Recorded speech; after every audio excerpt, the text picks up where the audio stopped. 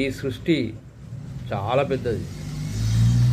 ఎన్ని వందల సంవత్సరాల క్రితం పుట్టిందో అంచనా వేయడం చాలా కష్టం.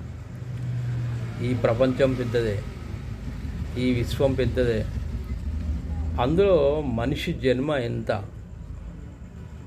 నీ జీవిత కాల ప్రయాణంలో నీ జీవితం ఎంత? ఉదాహరణకి 70 సంవత్సరాల కన్నా ఎక్కువ బతుకుతావను, బతకడం చాలా కష్టం. కానీ ఈ ప్రపంచం ఎన్నడో పుట్టింది. కొన్ని వందల మంది, వేల మంది, లక్షల మంది జన్మిస్తూ ఉన్నారు, చనిపోతూ ఉన్నారు. కొంతమంది మాత్రం చరిత్రలో నిలిచిపోతున్నారు. ఇక సామాన్యుల సంగతి సరే, వాళ్ళ జన్మిస్తారు, బతుకుతారు, చనిపోతారు. కానీ ఈ సృష్టిలో మనం సంపాదించుకునేది ఏమైనా ఉందా? జన్మించిన మనం సంపాదించుకోవడం ఏం సంపాదించుకుంటాం? చనిపోయినాడు ఏం తీసుకుపోతాం అని ఎప్పుడైనా ఆలోచించారా మీరు? ఆలోచించండి. మనం చనిపోయినాడికి ఏమైనా సంపాదించింది ఉంటే, అంటే ఆ రోజు మనం తీసుకుపోయేది ఏమైనా ఉంటే ఈరోజే తీసి దాచిపెట్టుకోండి. మీరు విన్నది కరెక్టే. మీరు ఈ భూమి మీద తల్లిదండ్రుల కడుపు నుండి జన్మించి బ్రతుకుతాను. మీరు చనిపోయినాడు ఏమైతే తీసుకుపోవాలో అనుకుంటారో అది బంగారమా, డబ్బా, ఇండ్ల, జాగల, స్థలాల?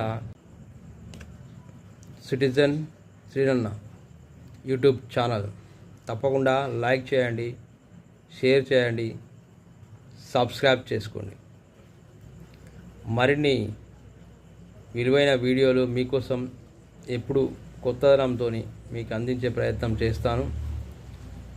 మీ ప్రేమ ఆదరణ తప్పకుండా పొందుతాను. నా వీడియోలు చూడండి, కామెంట్ చేయండి, లైక్ చేయండి, షేర్ చేయండి. నా యూట్యూబ్ ఛానల్ని సబ్స్క్రైబ్ చేసుకోండి. నేను చెప్పేది ఏమిటంటే, ఈ ప్రపంచం మీద ఏది శాశ్వతం కాదు. అది వస్తువు కానీ, ప్రాణం కానీ. ప్రాణం ఉన్నంత వరకు మనకు ఆశ ఉంటుంది. ఆ ఆశతోనే మనిషి జీవిస్తాడు. కానీ ఆ ఆశ అత్యాశ అయినప్పుడు మనతోని వచ్చేది ఏమిటో మనకు అర్థం కాదు. అందుకే మనం వచ్చినాడు ఈ భూమి మీద ఏం తీసుకురాలేదు, పోయేనాడు ఏం తీసుకుపో. ఒకటి మాత్రం గుర్తుపెట్టుకోండి, మీరు చేసే మంచి మాత్రం ఈ భూమి మీద నలుగురు చెప్పుకుంటారు. అది మనకు తెలుసు. ఎవరైనా ఒక మనిషి చనిపోతే అతని మంచి చెడును జనం ముచ్చటిస్తారు. అరే ఇతను ఇది చేశాడు, పర్వాలేదు, అది చేశాడు, మంచి పని చేశాడు. లేకుంటే చెడ్డవాడైతే చాలా చెడ్డవాడు, దుర్మార్గుడు, తల్లిదండ్రులను కూడా పట్టించుకోలేదు, ఇలాంటి మాట్లాడుతూ ఉంటారు. కానీ మనం ఈ సృష్టిలో ఈరోజు చేసే పనిలో ఏదైతే మంచి అనేది ఉంటుందో, మనం ఇతరులకు చేసే మంచిని దేవుడు ఖచ్చితంగా లెక్కిస్తాడు.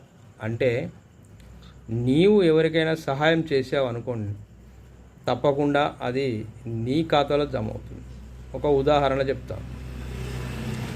మీరు బ్యాంక్కి వెళ్ళి డబ్బులు వేసారనుకోండి, అది మీ ఖాతాలో జమ అవుతుంది. వేరే వాళ్ళ అకౌంట్లో వేసారనుకోండి, వాళ్ళ అకౌంట్లో జమ అవుతుంది.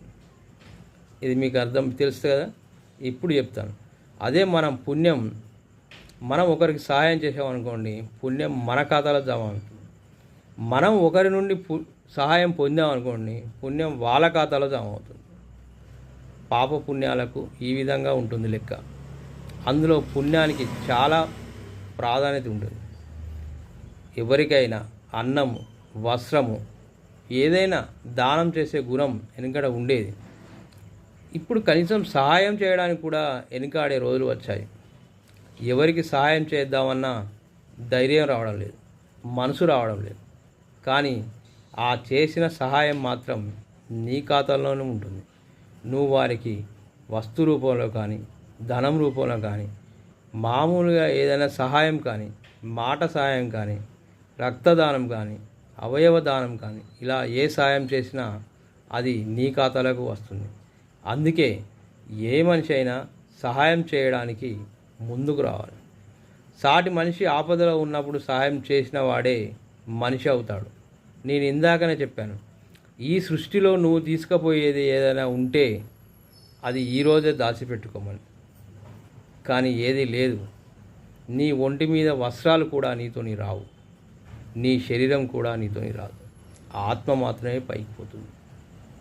కాబట్టి మంచి వైపు పయనించే ప్రయత్నం చేయండి. సాటి మనిషికి సహాయం చేయండి. అది మీరు ఏ రూపంలో చేస్తారో అది మీ ఇష్టం.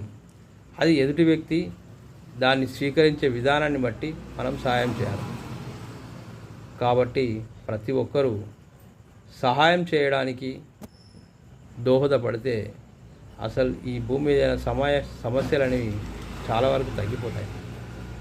అదేవిధంగా మీరు చేసిన సహాయం తప్పకుండా పుణ్యం రూపంలో మీ ఖాతాలో జమ అవుతుంది. ఇదొకటి తప్పకుండా గుర్తుపెట్టుకోవాలి. అలాగే మీరు చేసిన పాపం అది కూడా మీ ఖాతాలోనే జమ అవుతుంది. తప్పు చేసినా ఒప్పు చేసినా అది మీ ఖాతా దాటిపోదు, మిమ్మల్ని విడిచిపోదు. గుర్తుపెట్టుకోండి. సాధ్యమైనంత వరకు మంచి చేసే ప్రయత్నం చేయండి, చెడు వైపు చూడద్దు. నమస్కారం. నా ఛానల్ని లైక్ చేయండి, షేర్ చేయండి, సబ్స్క్రైబ్ చేయండి. Thank you for watching.